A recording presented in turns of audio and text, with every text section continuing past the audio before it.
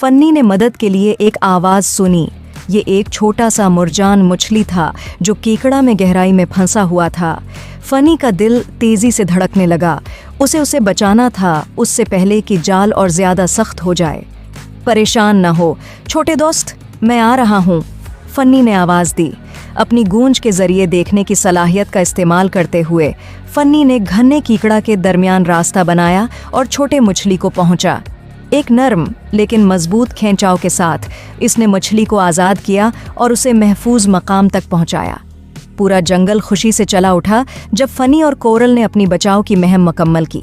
समंदरी मखलूक़ात ने उनको घेर लिया, अपनी तशक्कर का इजहार किया। शुक्रिया फनी, तुमने हम सब की जान बचाई, एक शक्करगुजार समंदरी कछुए ने कहा। फनी ने मुस्कुराकर फख्र महसूस किया, लेकिन आजिज़ी से। हम सब एक साथ हैं, याद रखो, अगर हम टीम बनकर काम करें